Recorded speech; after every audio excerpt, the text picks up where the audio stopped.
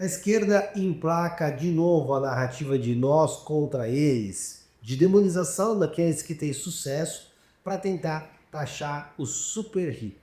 A desculpa agora é a justificativa para o aumento do IOF, Imposto sobre Operações Financeiras. No dia 3 de julho de 2025, a gente viu um circo armado.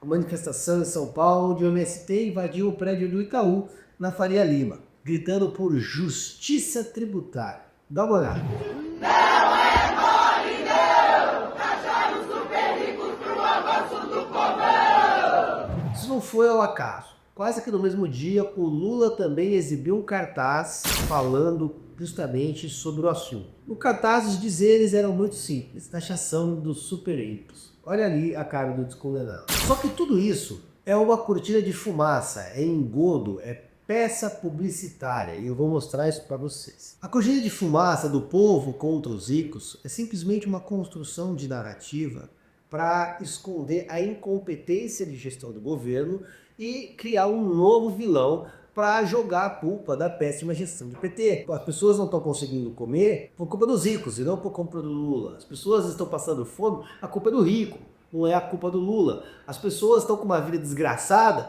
a culpa é do rico. Não é do Lula, com 38 ministérios e gastos exorbitantes. É eleger um vilão mais fácil, uma conta menos complexa. O Lula parece esquecer que ele mesmo tem 5 milhões de reais investidos em VGBL, produto do sistema financeiro. Mas isso ele esconde, né? É o pai dos pobres. Inclusive, como é que será que ele acumulou todo esse dinheiro, hein?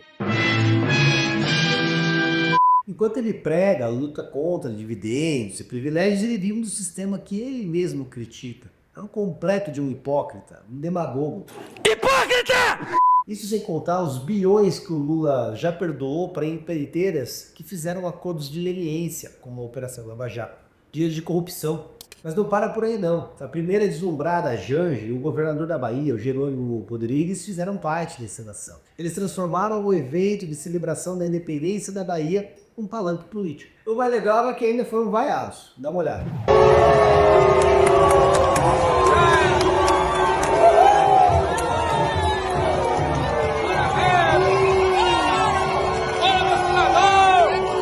Mas aí vamos contar as invasões do Itaú. Um dos porta-vozes dos manifestantes era assessor do PSOL na Câmara dos Deputados. É o famoso discípulo da Erika Hilton, que grita contra todos nas ruas, faz manifestação na hora de expediente, paga com o nosso dinheiro. Esse bando de pelego que invadiu o prédio gritando palavras de ordem nem entendem o que eles estão defendendo. O aumento do IOF, que eles tanto ignoram, atinge diretamente as MEIs, as microempresas individuais, o dono da barraquinha de cachorro-quente, atinge os pequenos empreendedores do Simples Nacional, que vão concordar também não é nada simples. Atinge todos aqueles que lutam diariamente para manter o seu negócio em pé, apesar do sufoco tributário que é o nosso país. No final do dia, quem vai pagar a conta desse aumento de impostos é você. Afinal de contas, toda a tributação, todo o custo de operação faz parte do produto. E quem paga é o consumidor final. O custo dessa caneta que está na minha mão é a soma do custo de produção,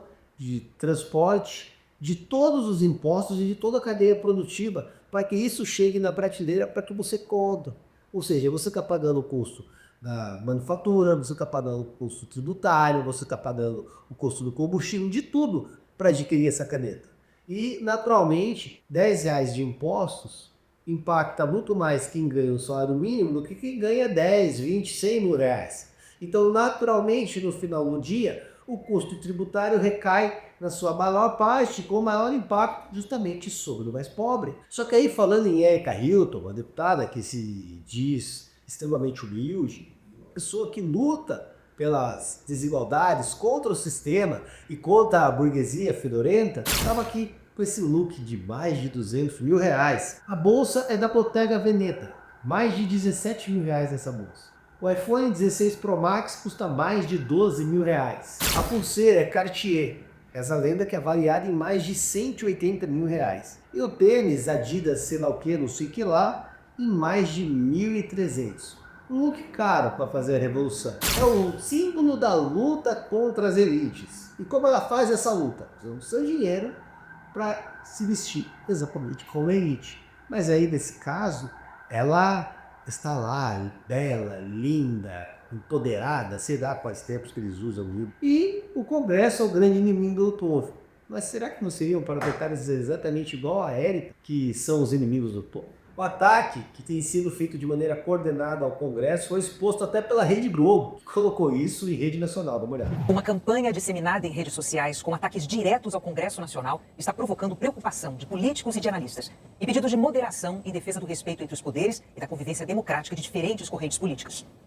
Os vídeos começaram a ser publicados na internet após a derrubada do aumento do IOF pelo Congresso no dia 25 de junho. A derrota foi uma das maiores do governo Lula. No dia 27, o PT publicou em redes sociais um vídeo feito com inteligência artificial. Falando em cobrar mais dos super ricos, o partido disse defender justiça tributária. O vídeo afirmou ainda que imposto é necessário, mas justiça também, e que o governo quer aprovar as mudanças no imposto de renda. A emissora destacou como o Lula e seus aliados tentam sandalizar o Congresso porque exerceu o seu papel de rejeitar uma medida que feria a ordem tributária e o bolso de todos os brasileiros. Num raro lapso de luz, o Congresso defendeu você e a militância petista passou a atacar todo o parlamento. Só para você ter uma ideia, o PT gastou R$152 mil para impulsionar essa campanha de ricos contra pobres. É um dinheiro que poderia ir para saúde, educação, segurança, mas foi para tentar manipular a ideia das pessoas nas redes sociais. E aí vem a Gleisi Hoffmann tentar conter o estrago e pedir diálogo no X. E já o Haddad vem com aquela cara de pau dizendo que o aumento do IOF não era para arrecadar, mas sim para combater sonegação.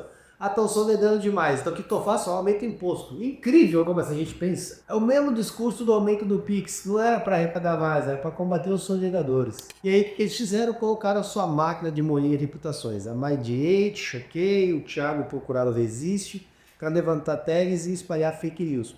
Um modus operandi preguiçoso muito padrão, que a gente vê pelos prints. E aí colocaram até a marionete do Lula, Guilherme Boulos, para convocar um ato na Avenida Paulista pedindo a taxação dos ricos. Como se a grande população fosse sair de casa e pensar: hoje eu vou na Paulista protestar porque eu quero que o rico seja taxado. Pô, ninguém vai fazer isso. Aquela galera do Tom do Cebeda é só um bando de pelego esquerdista que tem que ir lá bater carimbo em manifestação para poder ganhar migalha no bolso. O Congresso pode ter um monte de defeito, mas nessa luta está sendo o último bastião contra os arrombos do Lula. E não poderia faltar ele, o historiador, o sociólogo, o filósofo, a referência de todas as crises.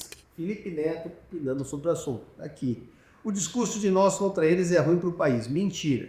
Esse discurso é ruim para a elite. Você estou nela e conhece essa gente toda. Cara, o maior medo da elite é que o pobre acorde e que realmente perceba que a história urbana é luta de classes. Esse é o ponto.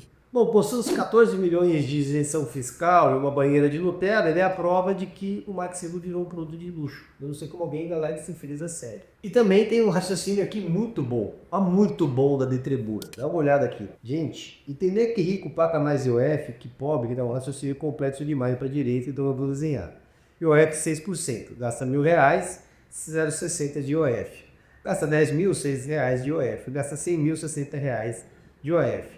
O pobre paga também? Sim. O rico paga mais? Sim. Deu para entender? Esse é o tipo de fake news clássica que a militância petista sai compaginando como se fosse verdade, mas é uma burrice industrial. Mas enquanto a luta de classes entre pobres e ricos vai porrada agora abaixo, a Janja faz compras. E shopping de luxo do Leblon. É o retrato com a esquerda que critica a elite vive nela. E para piorar, o governo investe na narrativa e continua aliado com a escória do mundo. E o Trump, inclusive, anunciou que vai taxar em 10% quem se aliar com o BRICS. Enquanto Lula segue sendo o garoto propaganda do fórum completamente esvaziado. E o preço do dólar subiu mais uma vez no país, justamente por conta disso.